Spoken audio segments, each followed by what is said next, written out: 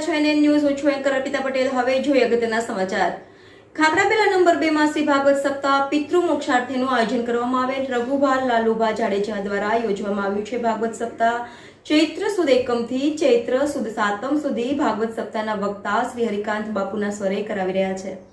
ગ્રામજનો ભક્તિમય બની ઝૂમી ઉઠ્યા છે. આ ભાગવત સપ્તાહ આજુબાજુના ગામના લોકો સાંભળવા આવી લાભ લઈ રહ્યા છે. બપોરે અને સાંજે મહાપ્રસાદનું પણ આયોજન કરવામાં આવ્યું છે, જેમાં 1000થી વધુ લોકો ભાગ લઈ રહ્યા છે. રિપોર્ટર સોલંકી વિપુલ, એનએન ન્યૂઝ, ખાખરાપેલા. દર્શક મિત્રો, તમારી આસપાસ બની રહેલી નવી ઘટનાઓ વિશે જાણવા માટે એનએન ન્યૂઝને લાઇક કરો, શેર કરો, સબસ્ક્રાઇબ કરો અને બેલ આઇકન પ્રેસ કરો, જેથી આપને નોટિફિકેશન્સ મળતી રહે.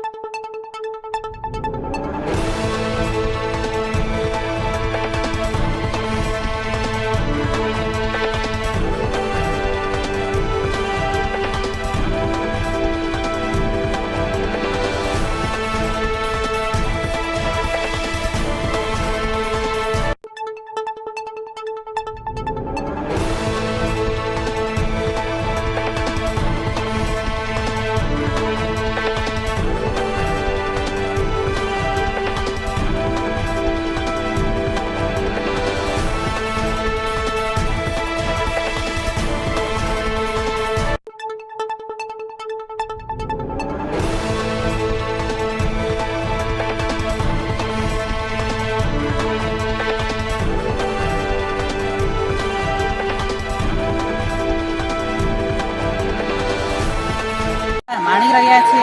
આ સપ્તાહમાં બધા જને જમવાનું બંને ટાઈમ પ્રસાદનું આયોજન કરવામાં આવેલું છે. આશરે 500થી 600 માણસો રોજ આ સપ્તાહમાં પ્રસાદનો લાભ લે છે. બધા જ આ સપ્તાહમાં ખૂબ જ સારી રીતે ભાગ લઈ રહ્યા છીએ. બધા કૃષ્ણમય બની જાય છે. કૃષ્ણ જન્મોત્સવનું આયોજન ખૂબ સારી રીતે કરવામાં આવ્યું છે.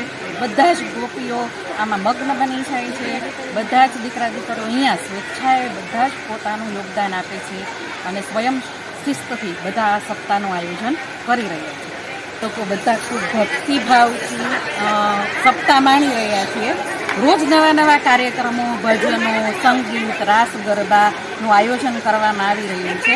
હરિકાંત બાપુના અમૃત વચનો સાંભળી અને આપણો આત્મા તૃપ્ત થઈ જાય એ રીતે ભાગવત સપ્તાહનું આયોજન ખૂબ સારી રીતે કરવામાં આવ્યું છે. આ કોઈ એક દ્વારા આયોજિત સપ્તાહ છે, પણ આખું ગામ સાથે મળી અને બધા જ ભેગા મળીને જાણે પોતાની જ સપ્તાહ હોય ને એ રીતે બધા ખૂબ સરસ રીતે આમાં ભાગ લઈ રહ્યા છે અને ખૂબ સુંદર આયોજન કરવામાં આવ્યું છે. ખરેખર સપ્તાહ ખૂબ સારી છે અને આ અમૃત વચનો સાંભળી આપણે આપણા જીવનમાં પણ કૃષ્ણમય જીવન આપણું બનાવીએ અને શ્રી રામ ભગવાનના આદર્શ વિચારો આપણે આપણા જીવનમાં અપનાવીએ એવું ખૂબ સારું આયોજન કરવામાં આવ્યું છે. રઘુભા લાલુભા જાડેજા તરફથી ખાખરાપેલા ગામમાં શ્રીમદ ભાગવત સપ્તાહનું આયોજન કર્યું છે. એમના બાળકોના મોક્ષાર્થે છે. ભાગવતની કથા મોક્ષ માટેની છે અને ભક્તોનું આ ધન છે કે જે શ્રવણ કરવાથી પિતૃઓને મોક્ષ પ્રાપ્ત થાય છે. કથા ભગવાનનું રૂપ છે.